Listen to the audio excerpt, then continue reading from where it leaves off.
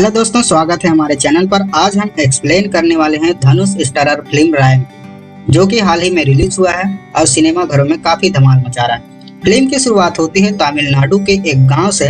Film में दिखाया जाता है कि एक दिन रायन के माता पिता यहाँ कहकर घर से निकल जाते हैं कि हम थोड़ी देर में आ रहे हैं, लेकिन 2 दिन बीत जाने के बाद भी वहाँ घर वापस नहीं आते हैं। 2 दिन बीत जाने के बाद रायन को घर में थोड़ा अजीब सा लगता है और वहाँ अपने भाई बहन को लेकर पुजारी के यहाँ चले जाते हैं, लेकिन पुजारी रायन की बहन को बेचने की बात करता है और पुजारी जबरदस्ती रायन की बहन दुर्गा को ले जाना चाहता है। तभी रायन पुजारी की हत्या कर देता है और वहाँ अपने भाई बहन को लेकर उत्तरी मद्रास की ओर गांव छोड़कर चले जाते हैं।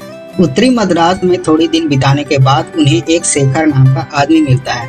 वहाँ आदमी रायन और उनके भाई बहन को अपने साथ रख लेता है। रायन अपनी बहन दुर्गा और दोनों भाइयों का देखभाल माता पिता की तरह करता है। रायन का सिर्फ एक ही मकसद था, अपने भाई बहन का ख्याल रखना और इस दुनिया में जीवित रहना। रायन को इस दुनिया में किसी से डर नहीं लगता, उसके मौत से भी डर नहीं लगता।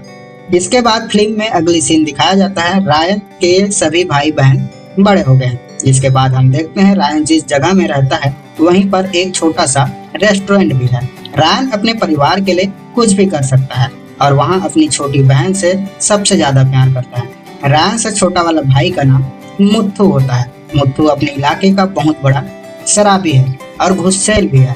रायन का भाई मुत्थु अपने गुस्से में काबू नहीं कर पाता है, वहाँ आए दिन किसी न किसी से झगड़ा कर बैठता है। तो वहीं मुत्थु से छोटा वाला भाई का नाम मानिक एक कॉलेज में पढ़ने वाला स्टूडेंट है, लेकिन वहाँ भी कॉलेज में आए दिन गुंडागर्दी करता रहता है और लड़ाई झगड़ा करता रहता है। इसीलिए रायन जो है अपने भाइयों को एक पिता की तरह समझाता है।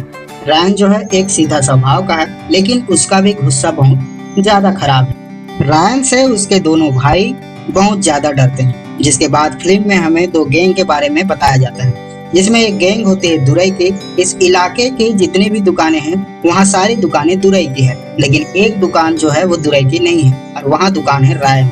वहीं सेतु जो है दूसरे इलाके का एक बहुत ही बड़ा गुंडा है।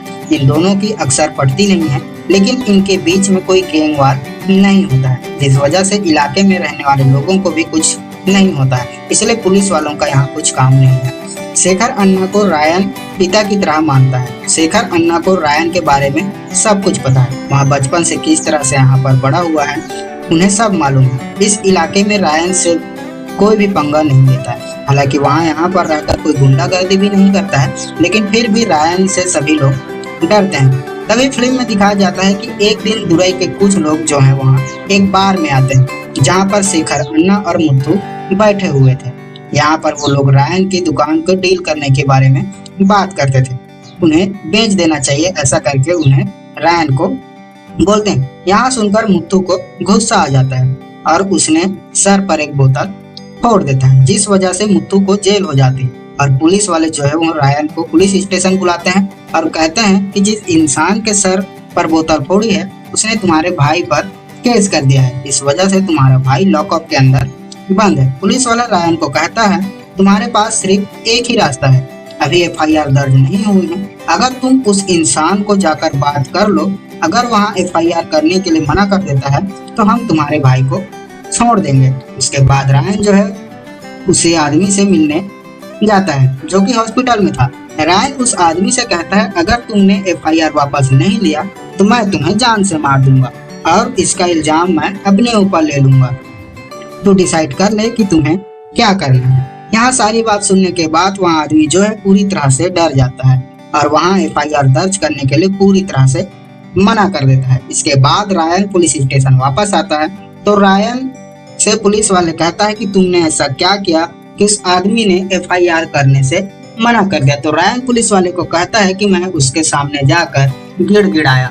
उसके बाद फिल्म में दिखाया जाता है कि जिस आदमी को मुत्थु ने मारा था वहाँ आदमी दुरई का है, जिस वजह से रायन को दुरई अपने से मिलने के लिए बुलाता है। दुरई कहता है कि तुम्हारे भाई लोग को समझा दे, क्योंकि उन लोगों का हाथ पैर थोड़ा ज्यादा ही चल रहा है। उसके बाद रायन वहाँ से चला जाता है और अपने भाइयों को समझाने लगता है। उसके बाद अगली सीन में हम देखते हैं कि एक पुलिस इंस्पेक्टर ट्रांसफर होकर आया है और वहाँ सेतु और दुरई की लड़ाई को अच्छे से जानता है और उन्हें यहाँ भी पता है कि उनके बीच में अक्सर गैंगवार नहीं होता है, इसलिए यहाँ ज्यादातर FIR दर्ज नहीं करवाया जाता। लेकिन पुलिस इंस्पेक्टर इस गैंगवार को खत्म करना चाहता है, इसलिए वहाँ एक प्लान बनाता है और दोनों गैंग के बीच दरार डालने की कोशिश करता है और दोनों गैंग को पूरी तरह से समाप्त करने के कहता है।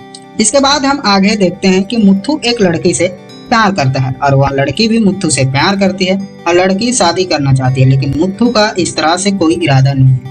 मुथु उस लड़की से भी प्यार करता है लेकिन अभी शादी के बारे में कुछ नहीं सोचा है। इसके बारे में रायन को भी पता है और रायन भी यही चाहता है कि मुथु उस लड़की से शादी कर ले। तो वहीं हम अगले सीन में देखते हैं कि पुलिस इंस्पेक्टर की सारी प्लान कर लिया है दुरई और सेतु के बीच गैंग वार कराने के लिए। पुलिस इंस्पेक्टर यहाँ सोचता है कि अगर यहाँ दोनों गैंग के बीच में गैंग वार हो जाता है तो यहाँ इलाका सुरक्षित हो जाएगा और मैं इन दोनों गैंग को खत्म कर दूंगा। पुलिस इंस्पेक्टर जो है सेतु के कुछ लोगों को अपने पास बुलाकर उनका इनकाउंटर कर देता है, लेकिन उसे पुलिस इंस्पेक्टर ने प्लान बना लिया था कि इनकाउंटर ऐसे करेंगे कि सारा का सारा इल्जाम जो है दुरई के ऊपर लग जाएगा। वैसा ही होता है। इनकाउंटर की खबर सुनते ही सेतु जो है आग बबूला हो जाता है, क्योंकि दुरई आज से पहले ऐसा नहीं किया था। उसके बाद हम देखते हैं कि सेतु दुरई के एकलौते बेटे को मारने के बारे में प्लान बनाता है। सेतु अपने सारे लोगों को बार में भेज देता है, जहां हम देखते हैं कि मुथु भी उसी बार में बैठा था। बार में दुरई के बेटे मुथु से उल्टा सीधा बात करने लगता है, जिस कारण से मुथु दुरई के बेटे को मारने लगता है। मुथु को नहीं पता थी कि वहाँ लड़का जिससे मारपीट कर रहा है वहाँ दुरई का बेटा है। झगड़े को देखकर सेतु के आदमी भी दुरई के बेटे को मारने लगते हैं, लेकिन मुथु सेतु के आदमी को भी मार देता है और वहाँ से चला जाता है। अगले सीन में देखते हैं कि मुथु खून से लथपथ घर पहुँचता है।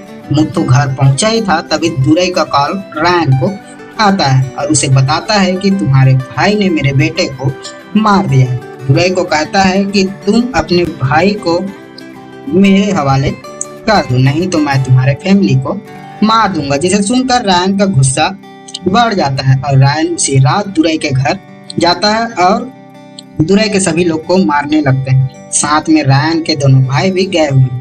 रायन और दोनों भाई मिलकर दुरई के आदमियों को मार देते। यहाँ सभी हत्या जो है रायन और उसके भाइयों ने रातों रात किया था, इसलिए आसपास के इलाके वालों को कुछ नहीं पता था। रायन अपने भाइयों को समझा देता है कि वहाँ अपने जीवन आराम से जीना है और किसी के ऊपर शक नहीं होने देना। पुलिस इंस्पेक्टर ने जैसा सोचा था वैसा तो बिल्कुल भी नहीं हुआ, क्योंकि पुलिस इंस्पेक्टर चाहता था कि एक गैंग वार हो, लेकिन ऐसा बिल्कुल भी नहीं हुआ। एक गैंग तो पूरी तरह से खत्म हो चुका है और सभी को यही लग रहा है कि दुरई के गैंग को मारने के पीछे सेतु का हाथ है। लेकिन वहाँ सेतु खुद कंफ्यूज है कि दुरई के गैंग को मारा तो मारा किसने, क्योंकि सेतु ने तो यहाँ काम नहीं किया था। तो सेतु को लगता है कि उस इलाके में कोई नया गैंग आया है और वो यहाँ भी सोचता है कि शायद पुलिस वालों ने मारा होगा। तभी हम अगले सीन में देखते हैं कि रायन अपनी बहन दुर्गा के लिए रिश्ता ढूंढ लिया है और दुर्गा की शादी करना चाहता है। लड़का सरकारी नौकरी में है और रिश्ता भी पक्का कर दिया गया है, लेकिन लड़के वालों ने दहेज में 5 लाख और रायन की दुकान को मांगते हैं। रायन ने अपनी दुकान खुशी खुशी दे दिया, क्योंकि अपनी बहन दुर्गा से रायन बहुत ही ज्यादा प्यार करता है। रायन और उसके दोनों भाई दुर्गा की शादी करने के लिए तैयारी करने लग जाते हैं, लेकिन उसके साथ बड़ी मुसीबत हो गया था, क्योंकि उनके पास 5 लाख की व्यवस्था नहीं हो पा रहा था और रायन अपने भाइयों को भी बोल रखा था कि तुम भी कहीं से व्यवस्था करने की कोशिश करो। लेकिन एक दिन सेतु को पता चल जाता है कि दुरई के गैंग को रायन ने खत्म किया है और सेतु रायन को मिलने के लिए बुलाता है और रायन को अपने गैंग में शामिल होने के लिए कहता है, क्योंकि सेतु कहता है तुमने दुरई के गैंग को मारा है, अगर तुम हमारे गैंग में शामिल नहीं होगे तो मैं पुलिस को यहाँ खबर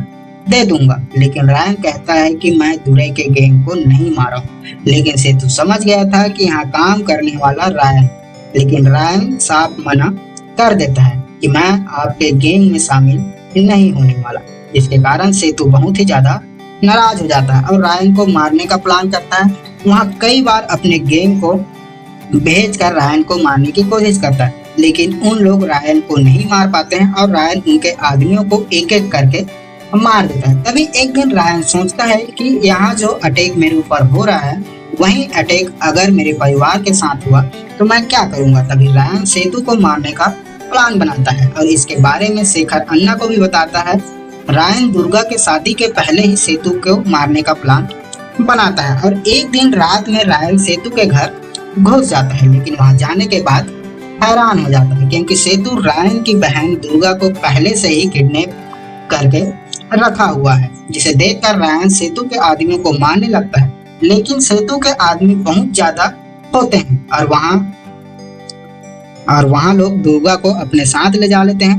तभी रायन के भाई मुत्थु और मानिक आ जाते हैं। इसके बाद का सीन देखकर आपको हैरानी हो जाएगी क्योंकि रायन के भाई मुत्थु और मानिक रायन के पीठ पर छुरी भोंक देते हैं। दरअसल मानिक और मुत्थु सेतु के साथ बहुत पहले से काम कर रहे थे। दुर्गा के बेटे को मारने का भी प्लान सेतु का ही था। सेतु मुत्थु और मानिक को इस तरह से भाई बनाया था कि मुत्थु और मानिक अपने सगे भाई को ही मार देते हैं। वहीं दुर्गा वहां से भाग जाती है और अपने भाई रायन के पास पहुंचती है, जिसकी हालत बहुत ही ज्यादा खराब थी।